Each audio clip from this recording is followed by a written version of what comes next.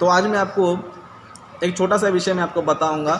हमारे जो 15 पॉइंट्स जो पास्टर जी ने हमें दिए थे, है ना, बहुत सारे पॉइंट्स हमें दिए थे कि हमारा जो मसीह मंथन बैठक का जो शिक्षा है हमारा, उसमें कई सारे पॉइंट्स दिए थे। उससे मैं आपको एक पॉइंट के बारे में बताऊंगा कि क्या मसीह लोग सब्बात के दिन को मान सकते हैं क्या नहीं।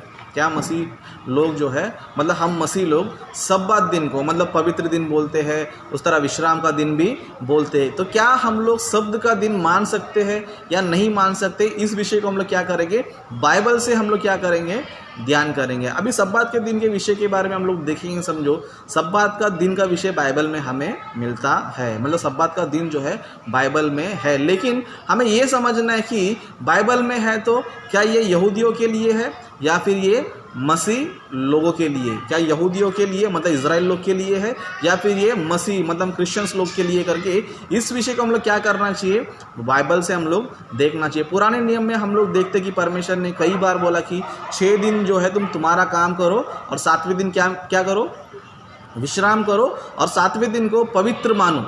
7वें दिन क्या करो, पवित्र मानो, मतलब 7वें दिन जो है आप लोग जो है परमेश्वर की आराधना करना चाहिए करके हमें पुराने नियम में हमें नज़र आता है। लेकिन अभी हम लोग जो है पुराने नियम में नहीं है, हम लोग किधर है, नए नियम में है। तो नया नियम में क्या हम मसीह लोग शब्द का दिन मना सकते हैं, इस विषय का हम लोग क्या करेंगे, ध्यान करेंगे। सबसे पहले मैं ये बताना चाहता हूँ कि आज के दिन जो है या फिर आज के दौर में जो है सब्बात के दिन के विषय में टोटल रॉन्ग प्रीचिंग जो है ना मसीह समाज में हो रहा है। टोटल रॉन्ग प्रीचिंग जो है मसीह समाज में हो रहा है। जैसे कि पहला पॉइंट में बताऊंगा तो मसीह लोग को यही पता नहीं कि शब्द का दिन कौन सा होता है। मसीह लोग को यही नहीं पता है कि शब्द का दिन कौन सा होता है। आज हम लोग देखेंगे, समझो, मसीह समाज में शब्द का दिन कौन सा मानते हैं, शब्द का दिन कौन सा मानते हैं, संडे को मानते हैं, है ना। हर संडे में लोग जो है क्या करते रहते हैं, पास्टर जो है बताता रहता है कि संडे जो है आराधना का दिन है, संडे जो है पवित्र दिन है, संडे जो है विश्राम का दिन है, इस दिन हम आराधना करना चाहिए करके। इस तरह हर एक कलीसिया में हम लोग क्या देखते हैं, संडे के दिन जो है शब्द का दिन करके बोलते हैं। तो क्या बाइबल में संडे ही शब्द का दिन है, बाइबल में ही शब्द का दिन संडे है क्या, इस विषय को हम लोग देखेंगे। समझो, क्या शब्द का दिन कौन सा दिन है, अगर बाइबल से हम देखेंगे। समझो, बाइबल हमें कौन से दिन के बारे में बता रही शब्द का दिन। एक वचन को हम लोग देखेंगे, मत्ती सुसमाचार उसका 28वां अध्याय, उसका पहला वचन से हम लोग पढ़ेंगे। मत्ती सुसमाचार उसका 28वां अध्याय पहला वचन से पढ़ेंगे। यहाँ पर लिखा है, शब्द के दिन के बाद सप्ताह के पहले दिन पौ फटते ही मरियम मगदलिनी और दूसरे मरियम कब्र को देखने आई। मतलब यहाँ पर जो है यीशु मसीह को कब्र पर रखा गया। हम सभी को पता है कि यीशु मसीह फ्राइडे के दिन जो है कब्र में रखे गए, फिर बाद में सैटरडे को जो है कब्र में रहे। उस तरह संडे को जो है यीशु मसीह जी उठे। संडे के दिन क्या हो गया, जी उठे। अभी फ्राइडे जो दिन होता है उसको बोलते तैयारी का दिन। फ्राइडे को जो दिन होता है उसको बोलते तैयारी का दिन। तैयारी के दिन के बाद ही क्या आता है पता है, शब्द का दिन आता है। फिर शब्द के दिन के बाद सप्ताह का पहला दिन। सप्ताह का पहला दिन मतलब हफ्ते का पहला दिन। इसलिए यहाँ पर क्या बोला है, शब्द के दिन के बाद सप्ताह के पहले दिन पौ फटते ही मरियम मगदलिनी और दूसरी मरियम कब्र को देखने आई, और देखो बड़ा भूकंप हुआ, क्योंकि प्रभु का एक दूत स्वर्ग से उतरा और पास आकर उसने उस पत्थर को लुढ़का दिया। मतलब हम लोग यहाँ पर देख सकते हैं कि यीशु मसीह जो है संडे के दिन, सप्ताह के पहले दिन मतलब मरकर जो है जी उठा। मतलब यीशु मसीह मरकर जी कभी उठे, संडे के दिन जो है मरकर जी उठे। तो मरकर जी उठे वो दिन सप्ताह का पहला दिन है। तो आखिरी दिन कौन सा है, आखिरी दिन कौन सा है, शब्द का दिन। मतलब सप्ताह का पहला दिन कौन सा है, फिर संडे सप्ताह का पहला दिन होता है। जैसे कि हम लोग देखते हैं सबसे पहला कौन सा आता है, संडे आता है, मंडे आता है, ट्यूसडे आता है, वेडनेसडे आता है, थर्सडे, फ्राइडे, सैटरडे। मतलब आखिरी दिन कौन सा आया, सैटरडे आया। सप्ताह का भी दिन पहला दिन कौन सा है, फिर सप्ताह के पहला दिन यीशु मसीह मरकर जी उठा। हफ्ते में कितने दिन होते हैं, 7 दिन होते हैं। तो यीशु मसीह सप्ताह के पहले दिन उठा, मतलब कौन से दिन उठा, संडे के दिन उठा। तो आखिरी दिन कौन सा होगा, सैटरडे होगा, मतलब शनिवार होगा। लेकिन आज के तारीख में मसीह समाज जो है इतने कंफ्यूज है, या फिर उनको इतना भी बाइबल का नॉलेज नहीं है कि शब्द का दिन संडे है या शनिवार है। इस विषय के बारे में भी इनको बिल्कुल भी पता ही नहीं है। इसलिए आज हर संडे में हम लोग देखेंगे, समझो बहुत सारे लोग ये प्रचार करते रहते हैं कि संडे जो है शब्द का दिन है, पवित्र दिन है, विश्राम दिन है करके प्रचार करते रहते हैं, जो कि बहुत ही गलत शिक्षा है, बहुत ही गलत उपदेश जो है ना ये है। तो हमें जो है ऐसी उपदेश से क्या करना चाहिए, बचना चाहिए। ऐसी झूठी उपदेश से हम लोग क्या करना चाहिए, बचना चाहिए। ओके, कॉल आ गया था, इसके लिए थोड़ा प्रॉब्लम हो गया। ओके, तो छोटा सा भी अगर हम गलती करते हैं या फिर छोटा सा भी हम लोग गलत शिक्षा की ओर चलते हैं, तो मान लो आप लोग जो है धोखे में हो, मान लो आप जो है ना धोखे में हो। हमें जो वचन बताया जाता है या फिर जो वचन में लिखा गया रहता है उसी को हम क्या करना चाहिए, फॉलो करना चाहिए। ये नहीं कि पास्टर ने हमें इस तरह बताया या फिर किसी सेवक ने हमें इस तरह बताया, तो ऐसी बातों पे हमको विश्वास नहीं करना चाहिए। लेकिन जो बाइबल हमें बताती है उसी पर हमको विश्वास करना चाहिए। तो हमें सबसे पहला पॉइंट में ये क्लियर कर दिया कि शब्द का दिन जो होता है वो संडे नहीं होता है, शब्द का दिन जो होता है वो शनिवार होता है। तो क्या हम लोग शनिवार को मान सकते हैं? शनिवार को क्या हम लोग मान सकते हैं? बिल्कुल भी हमें मानने की ज़रूरत नहीं है, क्योंकि हम लोग बाइबल में हम देखेंगे तो चेले जो है क्या करते थे पता है, प्रतिदिन जो है प्रभु काम करते थे, प्रतिदिन जो है परमेश्वर काम वो लोग जो है ना करते थे। जैसे कि हम लोग एक वचन देखेंगे, समझो प्रेरितों के काम का उसका दूसरा अध्याय, प्रेरितों के काम उसका दूसरा अध्याय,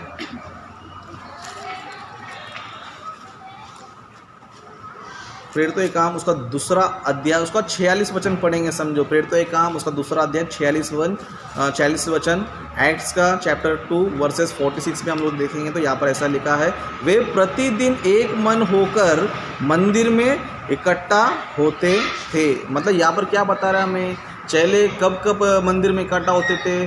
प्रतिदिन क्या करते थे इन लोग? प्रतिदिन एक मन होकर मंदिर में इकट्ठा होते थे और घर घर रोटी तोड़ते हुए आनंद और मन की सीधाई से भोजन। ओके, तो बीच में बहुत से लोग कॉल कर रहे हैं, इसके लिए डिस्टर्बेंस हो रहा है। तो यहाँ पर हम लोग देखेंगे तो यहाँ पर हमें वचन बता रहा है कि चेले जो है प्रतिदिन मंदिर में इकट्ठा होते थे, क्योंकि यीशु मसीह ने एक वचन कहा था, है ना, जो कोई मेरे पीछे आना चाहे तो अपने आप को इनकार करे और प्रतिदिन मेरा क्रूस उठाकर मेरे पीछे चले। मतलब यीशु मसीह भी जो है प्रतिदिन काम करते थे, यीशु मसीह भी जो है प्रतिदिन काम करते थे। यीशु मसीह ऐसा नहीं था कि 6 दिन अपना काम करते थे फिर 7वें दिन ही सुसमाचार प्रचार करते थे, ऐसा बिल्कुल भी नहीं था। यीशु मसीह जो है रोज़ प्रचार करते थे, दिन भर उनका प्रचार होता था, रात में वो प्रार्थना करते थे। इस तरह ना उनके लिए शनिवार का दिन इम्पॉर्टेंट था, ना संडे इम्पॉर्टेंट था, ना मंडे, कोई भी दिन उनके लिए इम्पॉर्टेंट बिल्कुल भी नहीं था। लेकिन यीशु मसीह क्या करते थे? प्रतिदिन जो है सेवा करते थे। इसके लिए शास्त्री फरीसी क्या करते थे? यीशु मसीह पर आरोप लगाते थे। क्या आरोप लगाते थे? कि ये मनुष्य जो है शब्द के दिन की विधि क्या करता है? तोड़ता है। मतलब यीशु मसीह पे आरोप लगाया गया था कि यीशु मसीह क्या कर रहे हैं? सप्ताह के दिन के नियम को तोड़ रहे हैं। लेकिन इनको ये नहीं पता है कि यीशु मसीह अभी नया नियम को क्या कर रहे हैं? लागू कर रहे हैं। इसके लिए यीशु मसीह ने क्या बोला? जो कोई मेरे पीछे आना चाहे तो क्या करे? प्रतिदिन अपना क्रूस उठाए। यीशु मसीह ने ये नहीं बोला कि सिर्फ शब्द के दिन मेरा क्रूस उठाओ, या शब्द के दिन ही सुसमाचार प्रचार करो, या शब्द के दिन ही मंदिर में इकट्ठा रहो करके यीशु मसीह ने पूरे बाइबल में एक भी स्टेटमेंट बिल्कुल भी दिया ही नहीं है। लेकिन यीशु मसीह ने ये कहा कि अपने आप को इनकार करो और मेरे पीछे हो लो और अपना क्रूस उठाकर प्रतिदिन जो है क्या करना चाहिए? क्रूस उठाकर मेरे पीछे चलना चाहिए। इसके लिए चेलों के जीवन में हम देखेंगे, समझो चेले जो है प्रतिदिन क्या करते थे? परमेश्वर का काम वो लोग करते थे। उन लोग एक ही दिन जो है ना बिल्कुल काम नहीं करते थे। इस तरह हम और कुछ वचन देखेंगे, समझो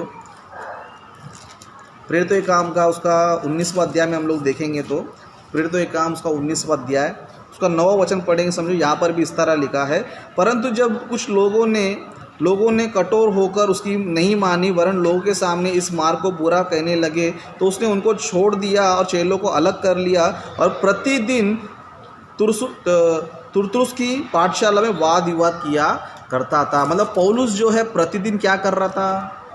प्रतिदिन जो है क्या करता था? सेवा वो करता था। इस तरह कई सारे बाइबल में जो है रेफरेंस है, कई सारे रेफरेंस है कि चेले जो है प्रतिदिन काम करते थे, चेले जो है प्रतिदिन जो है सेवा करते थे करके।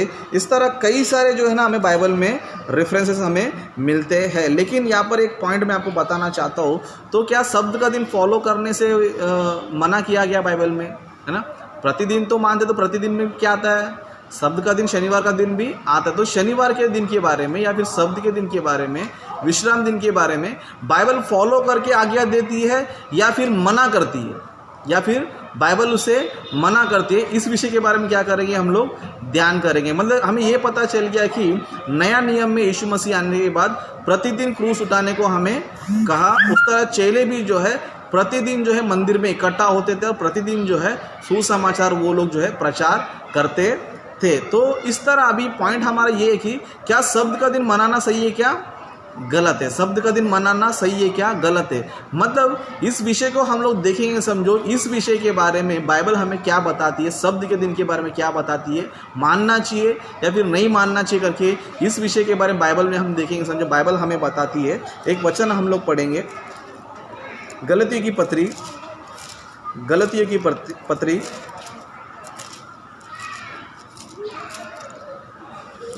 पत्री उसका 4था अध्याय उसका 10 वचन से हम लोग पढ़ेंगे। गलतियों की पत्री उसका 4था अध्याय उसका 10 वचन से पढ़ेंगे। यहाँ पर जो है पौलुस जो है गलतियों को ये पत्री जो है ना लिख रहा है, ये पत्री उनको लिख रहा है। और पत्री क्यों लिख रहा है पता है? क्योंकि ये लोग जो है विश्वास को छोड़कर वापस क्या कर रहे हैं, व्यवस्था के पीछे भाग रहे हैं।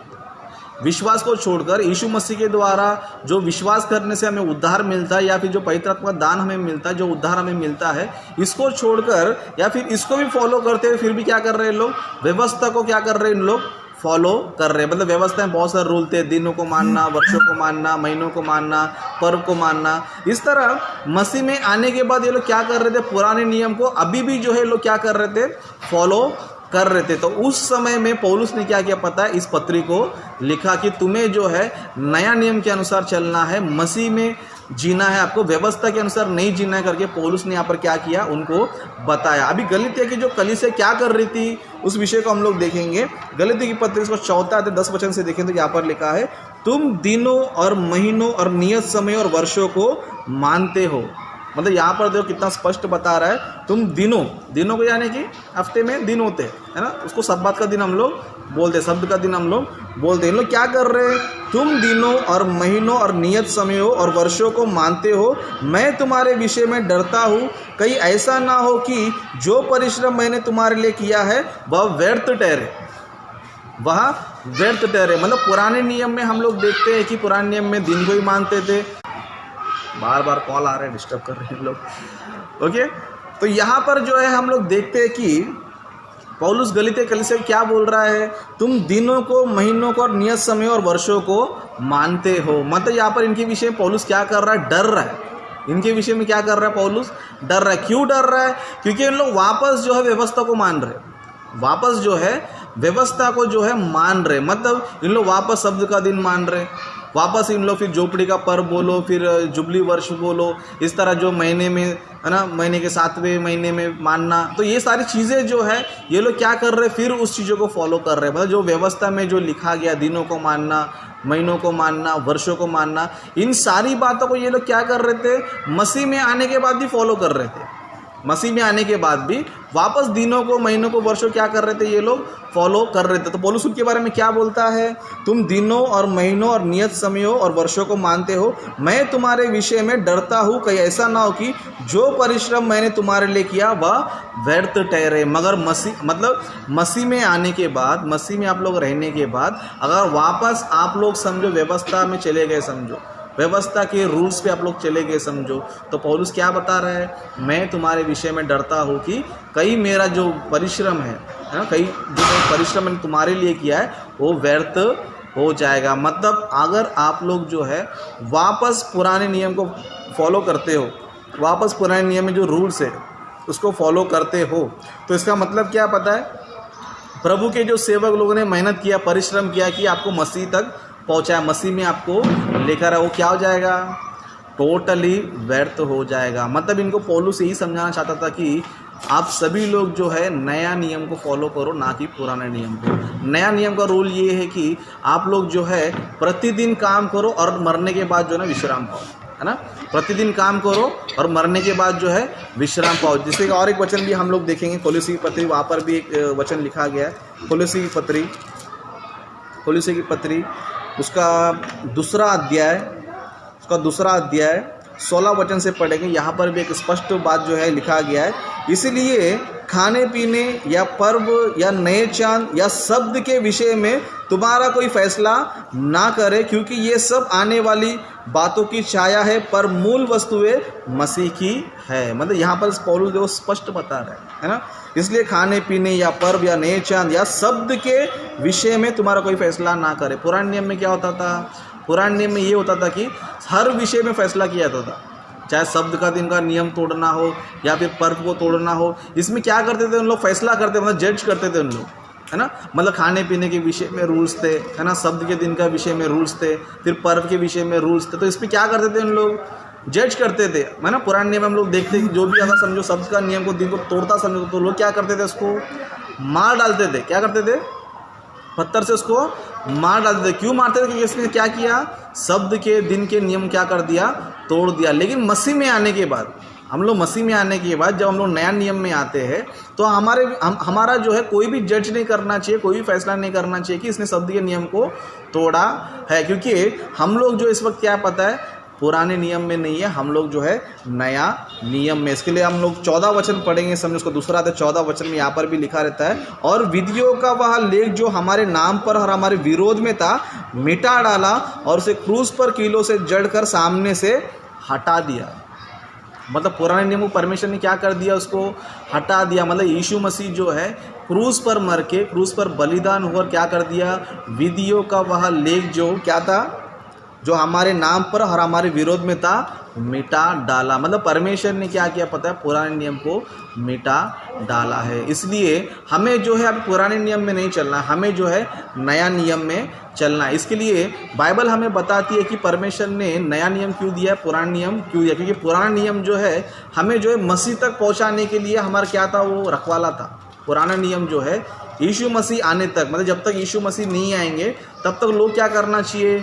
पुराने नियम को क्या करना चाहिए? फॉलो करते रहना चाहिए। लेकिन यीशु मसीह आने के बाद पुराने नियम को हम लोग क्या नहीं करना चाहिए? फॉलो नहीं करना चाहिए। इसी विषय को पौलुस क्या कर रहे हैं? गलतियों की पत्री में लिख रहे हैं। गलतियों की पत्री में हम लोग देखेंगे, गलतियों की पत्री उसका तीसरा अध्याय, गलतियों की पत्री उसका तीसरा अध्याय उसका 23 वचन से पढ़ेंगे हम लोग। गलतियों की पत्री को तीसरा अध्याय 23 वचन से पढ़ेंगे। यहाँ पर लिखा है, पर विश्वास के आने से पहले व्यवस्था की अधीनता में हमारी रखवाली होती थी, और उस विश्वास के आने तक जो प्रकट होने वाला था हम उसी के बंधन में रहे। इसलिए व्यवस्था मसीह तक पहुँचाने के लिए हमारी शिक्षक हुई कि हम विश्वास से धर्मी ठहरे, परंतु जब विश्वास आ चुका तो हम अब शिक्षक के अधीन ना रहे। मतलब क्या बता रहा है? अभी हम लोग जो है विश्वास आ चुका है, इसके लिए हम लोग किसके अधीन नहीं रहना चाहिए? व्यवस्था के अधीन में रहना नहीं चाहिए। क्योंकि व्यवस्था क्यों दिया गया था? व्यवस्था इसलिए दिया गया था कि पर विश्वास के आने से पहले व्यवस्था की अधीनता में हमारी रखवाली होती थी। मतलब जब तक यीशु मसीह नहीं आया उस समय तक व्यवस्था में हमारी क्या हो रही थी? रखवाली हो रही थी। मतलब परमेश्वर ने ये सोचा था कि यीशु मसीह आने तक हम सभी लोग किसको फॉलो करना चाहिए? पुराने नियम को हम क्या करते रहना चाहिए? फॉलो करते रहना चाहिए। मतलब इसमें परमेश्वर हमारा क्या कर रहा था? रखवाली कर रहा था। मतलब यीशु मसीह आने तक परमेश्वर ने क्या किया पता है? व्यवस्था को रखा, ताकि इजरायली लोग जो जितने भी लोग हैं सभी लोग जो है मसीह आने तक व्यवस्था को फॉलो करते रहे, व्यवस्था की बातों का पालन करते रहे। शब्द का दिन को, उस तरह महीनों को, वर्षों को, बलियों को, उस तरह पर्वों को उन लोग क्या करते रहे? मानते रहे। लेकिन जब विश्वास आ चुका, मतलब मसीह आ चुका, तब क्या करना चाहिए? उसकी अधीनता में हम लोग नहीं रहना चाहिए। इसके लिए वचन क्या बता रहा है? पर विश्वास के आने से पहले व्यवस्था की अधीनता में हमारी रखवाली होती थी, और उस विश्वास के आने तक जो प्रकट होने वाला था हम उसी के बंधन में रहे। मतलब विश्वास के आने तक हम क्या करना चाहिए? उसी के बंधन में रहना चाहिए। फिर आगे, इसलिए व्यवस्था मसीह तक पहुंचाने के लिए हमारी शिक्षक हुई। कहाँ तक पहुंचाने के लिए? मसीह तक। पुराना नियम जो है वो यीशु मसीह तक पहुंचाने के लिए क्या हुई? हमारी शिक्षक हुई। यीशु मसीह तक पहुंचाने के लिए, मतलब व्यवस्था क्यों दिया गया है? यीशु मसीह तक पहुंचाने के लिए। परंतु है ना 25 वचन में, परंतु जब विश्वास आ चुका, है ना, अरे परमेश्वर हमें क्या कर रहा है? व्यवस्था से धर्मी नहीं ठहरा है। परमेश्वर क्या कर रहा है? विश्वास से हमें धर्मी बना रहा है। क्योंकि व्यवस्था को फॉलो करने से कोई भी धर्मी ठहर नहीं सकता है ना। 10 में से अगर एक भी आ गया इंसान, ओके, तो यहाँ पर हम देखेंगे, समझो, विश्वास के आने तक, मतलब यीशु मसीह के आने तक व्यवस्था में हमारा क्या हो रहा था, रखवाली हो रहा था। इसके लिए यहाँ पर हमें क्या बता रहा है, जब यीशु मसीह आ चुका, जब हम लोग जो है विश्वास से धर्मी ठहरते हैं, जब हम लोग विश्वास से धर्मी ठहर, तो क्या करना चाहिए, परंतु जब विश्वास आ चुका तो अब हम शिक्षक के अधीन ना रहे, शिक्षक के अधीन ना रहे। अधीन में ना रहना मतलब, शिक्षक मतलब व्यवस्था के अधीन में ना रहना मतलब व्यवस्था में जो कुछ भी रूल्स है, रेगुलेशन जो भी है, उन सभी चीज़ों को हम लोग क्या नहीं करना चाहिए, फॉलो नहीं करना चाहिए। मतलब बाइबल हमें बता रही है कि हम लोग जो है पुराने नियम को बिल्कुल भी फॉलो करना नहीं है, पुराने नियम के हमको अधीन में रहना नहीं है, क्योंकि हम सभी लोग जो है मसीह भी हम लोग क्या हुआ है, जीवन बिता रहे हैं। पुराने नियम में रूल्स कई सारे थे, है ना। पुराने नियम में क्या था पता है, इजराइल लोग के लिए एक पर्सनल उनको देश था, है ना, उनको सेपरेट एक देश था, उनको पर्सनल जो है एक मंदिर था, ताकि उन लोग वही देश में रहे और उसी मंदिर में आराधना करे, उसी मंदिर में बलिदान करे, उसी मंदिर में जो कुछ करना है, पर्व मनाना, सभी क्या करना चाहिए, उसी मंदिर में। मतलब सप्ताह का दिन उधर ही, पर्व भी उधर ही, उस तरह महीने वर्षों बलिदान जो भी है सब किधर करना चाहिए, यरूशलेम में रहकर ही करना चाहिए, और यरूशलेम मंदिर के पास ही करना चाहिए। फिर अभी हम लोग किधर है, कोई तो हम सभी लोग तो इंडिया में, तो क्या हम लोग अभी जो भी करना है अभी यरूशलेम में जाना है, हमको ज़रूरत नहीं है, क्योंकि हम लोग अभी किसको फॉलो कर रहे हैं, नया नियम को हम लोग फॉलो कर रहे हैं। इसके लिए हमको व्यवस्था की अधीनता में नहीं रहना, लेकिन हमको किसकी अधीनता में रहना है, विश्वास की अधीनता में हमें रहना है। मतलब वचन हमें ये बता रहा है कि हम सभी लोग जो है व्यवस्था के अनुसार नहीं, लेकिन हम लोग कैसे रहना चाहिए, विश्वास के अनुसार। मतलब पुराने नियम में व्यवस्था को फॉलो करेंगे तो धर्मी ठहरेंगे, लेकिन नया नियम में प्रभु पर, यीशु मसीह पर विश्वास करेंगे तो धर्मी ठहरेंगे। इसलिए हमें जो है अभी पुराने नियम को लागू नहीं करना है, पुराने नियम को फॉलो बिल्कुल भी हमें नहीं करना है, लेकिन हमें जो है नया नियम के अनुसार चलना चाहिए, क्योंकि नया नियम जो है टोटल क्या हो गया पता है, अपडेट हो चुका है। मतलब पुराने नियम में अलग रूल्स था, नया नियम में अलग रूल था। जैसे कि पुराने नियम में 6 दिन तुम्हारा काम करो, 7वें दिन विश्राम करो, लेकिन नया नियम क्या सिखाता है पता है, जीवन भर यहाँ पर काम करो, मरने के बाद क्या करो, विश्राम करो। समझ में आ रहा है। मतलब पुराने नियम में 6 दिन तुम्हारा काम करो, 7वें दिन विश्राम करो, लेकिन नया नियम क्या सिखाता है, जीवन भर तुम मेरा काम करो, मरने के बाद विश्राम करो। इसलिए यीशु मसीह कहता है कि मत्ती सुसमाचार में 11:28 वचन में कहता है कि बहुत से दबे हुए लोगों मेरे पास आओ, मैं क्या करूँगा, तुम्हें विश्राम दूंगा। विश्राम किधर देगा, क्या शनिवार को देगा, कि बाइबल में किधर भी लिखा है कि शनिवार का दिन है आज, आप लोग विश्राम करो करके यीशु मसीह ने किधर बोला, नहीं बोला। क्योंकि हमारा जो विश्राम का दिन है, हमारा जो विश्राम का दिन है वो यहाँ पर नहीं है, लेकिन मरकर हम लोग प्रभु काम करके जब हम लोग मरेंगे, समझो तब हमारा क्या पता है, विश्राम का दिन हमारा स्वर्ग में है। जैसे कि हम लोग एक वचन पढ़ेंगे इब्रानी की पत्री में 4वां अध्याय, इब्रानी की पत्री उसका 4वां अध्याय में हम लोग देखेंगे, यहाँ पर इस तरह लिखा है, इब्रानी की पत्री 4वां अध्याय उसका 10 वचन से पढ़ेंगे। यहाँ पर लिखा है, क्योंकि जिसने उसके विश्राम में प्रवेश किया है उसने भी परमेश्वर के समान अपने कामों को पूरा करके विश्राम किया है, अतः हम उस विश्राम में प्रवेश करने का प्रयत्न करें, ऐसा ना हो कि कोई जन उनके समान आज्ञा ना मानकर गिर पड़े। यहाँ पर क्या बता रहा है ना, उस तरह मैं 9 वचन से पढ़ूंगा, 9 वचन से आप स्पष्ट लिखा है, अतः जान लो कि परमेश्वर के लोगों के लिए शब्द का विश्राम बाकी है ना। 9 वचन में क्या बता रहा है, 9 वचन को नोट कीजिए प्लीज। यहाँ पर लिखा है, अतः जान लो कि परमेश्वर के लोगों के लिए, परमेश्वर के लोगों के लिए विश्राम का दिन क्या है, बाकी है। मतलब विश्राम जो है ना बाकी है ना। विश्राम किसके लिए बाकी है, परमेश्वर के लोगों के लिए। तो उस विश्राम में कभी लोग प्रवेश करेंगे, यहाँ पर लिखा, क्योंकि जिसने उसके विश्राम में प्रवेश किया है उसने भी परमेश्वर के समान अपने कामों को पूरा करके विश्राम किया है। मतलब नया नियम का विश्राम को कौन सा पता है, जीवन भर हम लोग धरती पर काम करना चाहिए, मरने के बाद हमें स्वर्ग में विश्राम हमें मिलेगा। ये जो है नया नियम का क्या पता है, विश्राम दिन है। मतलब हमें जो है नया नियम के अनुसार विश्राम दिन को फॉलो करना है, ना कि हमें पुराने नियम के अनुसार। पुराना नियम जो था वो इजराइल लोग के लिए था, सिर्फ और सिर्फ 12 गोत्र के लिए ही था। लेकिन जो नया नियम जो है पूरे वर्ल्ड में जितनी भी जातियां है, जितना भी भाषा बोलने वाले हैं, जितने भी लोग धरती पे रहते हैं, उन सभी के लिए जो है ना नया नियम है। इसलिए हम लोग जो है अन्य जाति में से मसीह में हम लोग क्या हुआ, आए। इसलिए हम लोग जो है यीशु मसीह ने जिस तरह बताया है ना, मेरे पास आओ मैं तुम्हें क्या करेगा, विश्राम दूंगा। लेकिन यीशु मसीह विश्राम कहाँ देगा, जब हम लोग परमेश्वर के काम करेंगे, परमेश्वर की सेवा करेंगे, परमेश्वर ने जो काम हमको पूरा करने दिया है उस काम को जब हम लोग पूरा करते हैं तब हमें किधर मिलेगा, स्वर्ग में हमें विश्राम मिलेगा। मतलब काम करने के बाद ही मनुष्य किधर है, विश्राम है। मतलब हम सभी जो है लोग जो है मसीह लोग है, नया नियम को फॉलो करने वाले लोग हैं, इसलिए हमें जो है नया नियम के अनुसार चलना चाहिए। लेकिन आज मसीह समाज में हम देखेंगे, समझो ये सारी बातें बिल्कुल भी देखते नहीं हैं। बस पुराने नियम का एक वचन पढ़ लिए, 6 दिन तुम तुम्हारा काम करो, 7वें दिन विश्राम करो। लेकिन इन लोगों ने ना पौलुस का शिक्षा सुना, ना बाइबल में क्या क्या लिखा गया शब्द के दिन के बारे में कोई किसको चिंता नहीं है ना।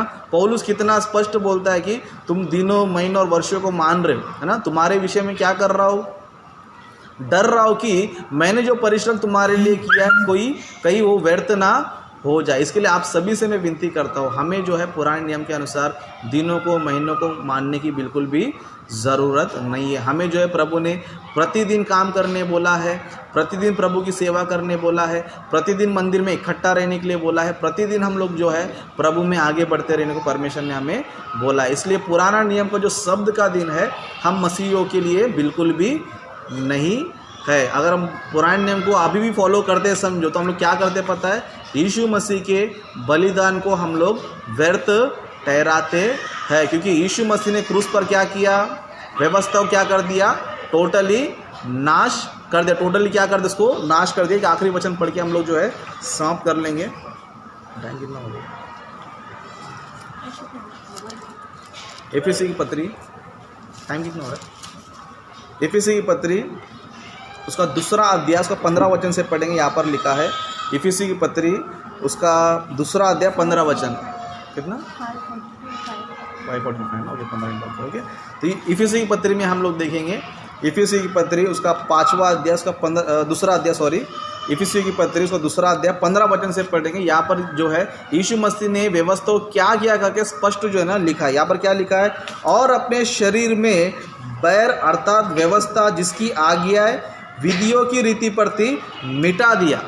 क्या कर दिया यीशु मसीह ने, मिटा दिया। कहाँ पर मिटा दिया, क्रूस पर जो है मिटा दिया यीशु मसीह ने। किसको मिटा दिया, और अपने शरीर में बैर अर्थात व्यवस्था जिसकी आज्ञा विधि की रीति प्रति है ना, विधि की रीति, विधि है ना, 6 दिन तुम्हारा काम करना चाहिए, 7वें दिन विश्राम करना चाहिए। क्या है, विधि है। मतलब लोग टाइम को फॉलो करते थे, टाइम को क्या करते थे, फॉलो करते थे। लेकिन नया नियम में टाइम बिल्कुल भी नहीं है कि तुम इस टाइम पे उठना चाहिए, इस टाइम पे आराधना करना चाहिए, इस टाइम पे मंदिर में आना चाहिए, इस टाइम पे ये करना चाहिए, वो करना चाहिए, बिल्कुल भी नहीं है ना। ये सारे रूल्स किधर थे, व्यवस्था में थे। इसके लिए क्या बता रहा है, और अपने शरीर में बैर अर्थात व्यवस्था जिसकी आज्ञा विधियों की रीति प्रति मिटा दिया। मतलब विधियों क्या कर दिया यीशु मसीह ने, व्यवस्था क्या कर दिया यीशु मसीह ने, मिटा दिया। सोचो, जिसने विधियों को मिटा दिया, समझो जिसने विधियों को मिटा दिया है, फिर हम लोग विधि को मानेंगे, समझो क्या हो जाएगा। यीशु मसीह के बलिदान को हम लोग क्या करते हैं, व्यर्थ ठहरा देते हैं। मतलब यीशु मसीह व्यवस्था को मिटाने के लिए क्रूस पर मरे, तो हम क्या कर रहे हैं, हम लोग वापस जो है फिर क्या कर रहे हैं, पुराने नियम को हम लोग क्या कर रहे हैं, फॉलो कर रहे हैं। तो सोचो हम लोग करना चाहिए, जिसको यीशु मसीह ने नाश कर दिया, जिसको यीशु मसीह ने मिटा दिया, क्या हम उस चीज़ को वापस फॉलो करना चाहिए? क्या ऐसा फॉलो करना अच्छी बात है? बिल्कुल भी अच्छी बात नहीं। इसके लिए पौलुस क्या बोलता है, मैं डरता हूँ कि जो परिश्रम मैंने किया है ना, या फिर जो बलिदान यीशु मसीह ने किया है ना, मतलब यीशु मसीह ने बलिदान क्यों दिया, ताकि तुमको व्यवस्था से छुड़ाकर आपको विश्वास में लेकर आए। यीशु मसीह के बलिदान के द्वारा आपको आनंद काल का जीवन आपको दे। फिर पौलुस ने क्यों परिश्रम किया, ताकि आपको व्यवस्था से छुड़ाकर आपको यीशु मसीह के विश्वास के द्वारा आप सभी को धर्मी ठहराए। अगर वापस हम लोग समझो उन विधियों को मानेंगे, समझो शब्द का दिन का विधि है ना, पर्वों का विधि, नए चांद का विधि, इस तरह पुराने नियम में जो भी है उन विधियों को हम लोग वापस मानना शुरू कर देंगे, तो क्या हो जाएगा, यीशु मसीह का बलिदान व्यर्थ हो जाएगा, पौलुस का परिश्रम भी व्यर्थ हो जाएगा। इसीलिए हमें जो है वचन को ध्यान करना चाहिए, है ना। ये सारी बातें जो है बिल्कुल मसीहियों को पता नहीं। आज भी लोग जो शब्द का दिन फॉलो कर रहे हैं, शब्द का दिन फॉलो कर रहे हैं। कुछ लोग तो ऐसे है कि शब्द के दिन को 100% फॉलो करते हैं, है ना। 6 दिन अपना काम कर लेंगे, लेकिन 7वें दिन कितना भी काम हो छोड़ क्या करेंगे, चर्च में जो है ना इकट्ठा होने की कोशिश करते हैं। मतलब अभी भी वो लोग जो है अनजाने में क्या कर रहे हैं पता है, पुराने नियम को क्या कर रहे हैं, फॉलो कर रहे हैं। लेकिन हम लोग जो है बाइबल में अगर हम लोग कोई भी विधि को फॉलो करते हैं, कोई भी नियम को हम लोग फॉलो करते हैं, तो हम क्या करना चाहिए, बाइबल में ये बातें यो ही है क्या नहीं करके क्या करना चाहिए, प्रतिदिन हम लोग क्या करना चाहिए, ढूंढना चाहिए। बिरिया की जो कलीसिया थी वो क्या करती थी, प्रतिदिन हर विषय क्या करती थी, बाइबल में है कि नहीं करके क्या कर रही है, चेक कर रही है। हमने शब्द के दिन के बारे में क्या किया, बाइबल में चेक किया हम लोगों ने। तो बाइबल हमें क्या बता रही है, इजराइल लोग के लिए था क्या, शब्द का दिन। लेकिन नया नियम यीशु मसीह ने क्या कर दिया, इसको नाश कर दिया। अभी हमें क्या दिया है, नया नियम हमें दिया। इसलिए हमें किसको फॉलो करना है, अभी नया नियम को ही हमें क्या करना है, फॉलो करना है। अगर हम लोग समझो फिर से पुराने नियम को फॉलो करेंगे, शब्द के दिन को फिर से मानेंगे, तो क्या हो जाएगा, पौलुस का परिश्रम व्यर्थ हो जाएगा, उस तरह यीशु मसीह का बलिदान भी व्यर्थ हो जाएगा, और मसीह में आपका जीवन भी क्या आएगा पता है, टोटली व्यर्थ हो जाएगा। ये सारी बातें जो है हम लोगों ने वचन से सीखा है, वचन में देखा है, तब जाके हम लोग जो है एक शिक्षा को हम लोग लागू कर रहे हैं कि हमें जो शब्द का दिन नहीं मानना चाहिए। पास्टर जी ने भी कई बार बताया कि शब्द का दिन हमारे लिए नहीं है, मतलब शब्द का दिन जो है मसीहियों के लिए बिल्कुल भी नहीं है। शब्द का दिन जो है वो ओनली जो है इजराइल लोग के लिए था, और वो शब्द का दिन कब तक था, यीशु मसीह आने तक ही था। जब मसीह आ चुका तो व्यवस्था की हम लोग आधीन में नहीं रहना चाहिए। अभी हम लोग किसके आधीन में रहना चाहिए, मसीह के आधीन में रहना चाहिए। मसीह ने हमें क्या सिखाया, प्रतिदिन क्या करो, सुसमाचार प्रचार करो, तो तभी हम क्या कर सकते हैं, मरने के बाद हम लोग विश्राम पा सकते हैं। इसलिए आप सबसे विनती करता हूँ कि जो भी टॉपिक हो इसी तरह आप लोग क्या करना चाहिए, बाइबल स्टडी आप लोग करते रहना चाहिए। बाइबल में देखना चाहिए कि जो डॉक्टर हम लोग मान रहे, जो हम लोग रूल्स फॉलो कर रहे, क्या हम मसीह लोग मानना चाहिए या फिर नहीं मानना चाहिए। आज मसीह समाज में बहुत सारे लोग आज भी जो है कहलाते तो मसीह है, लेकिन फॉलो करते पूरा पुराने नियम को, है ना। कहलाते तो मसीह है, हम लोग यीशु मसीह को मानते हैं, लेकिन फॉलो किसको करते, पुराने नियम को फॉलो करते, जो कि यीशु मसीह ने क्या कर दिया, पुराने नियम को, व्यवस्था क्या कर दिया, क्रूस पर क्या कर दिया, नाश कर दिया, उसको मिटा दिया। लेकिन हम सभी लोग जो है नया नियम के अनुसार हमें चलना है। तो इस तरह की और भी कई सारी बातें हैं, और भी कई सारी बातें हैं जो ऑलरेडी पास्टर जी ने बताया है, और भी हम लोग क्या करेंगे उसमें, और बहुत सारी इंफॉर्मेशन हम लोग देखेंगे। जैसे कि आज के दिन में हमने देखा कि कई सारे रेफरेंस हमें ये बताती है कि हमको पुराने नियम को फॉलो नहीं करना है, व्यवस्था को फॉलो नहीं करना है। जैसे गलती की पत्री में हमने देखा, इफिसी की पत्री में हमने देखा, कोलोसी की पत्री में हमने देखा, ये सारे रेफरेंस हमें ये बता रही है कि हमें शब्द के दिन को हमें नहीं मानना चाहिए, व्यवस्था को हम लोग नहीं मानना चाहिए, क्योंकि यीशु मसीह ने बलिदान के द्वारा क्या कर दिया, नाश कर दिया। अगर अभी हमको उद्धार पाना है, अभी हमको धर्मी बनना है, अभी हमें अनंत काल का जीवन पाना है, तो वो केवल सिर्फ और सिर्फ आपको नया नियम में यीशु मसीह के व्यवस्था के अनुसार ही आपको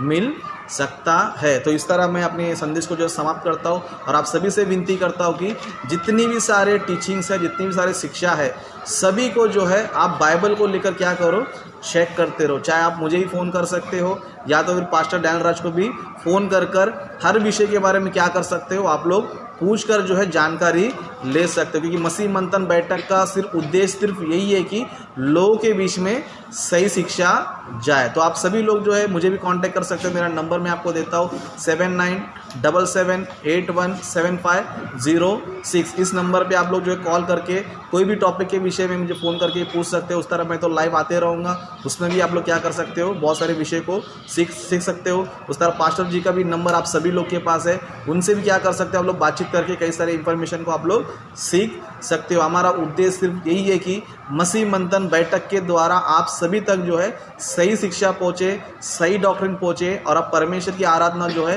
केवल और केवल वचन के आधारित या परमेश्वर की महिमा करें। ओके, तो सबसे मैं विनती करता हूँ कि इस वीडियो को आप चाहे तो बहुत से लोगों को शेयर कर सकते हो, आपके फेसबुक पर चाहे व्हाट्सएप पर बहुत से लोग से शेयर करो करके आपसे विनती करता हूँ, और अपने वचन को मैं समाप्त करता हूँ। परमेश्वर आप सभी को आशीष दे।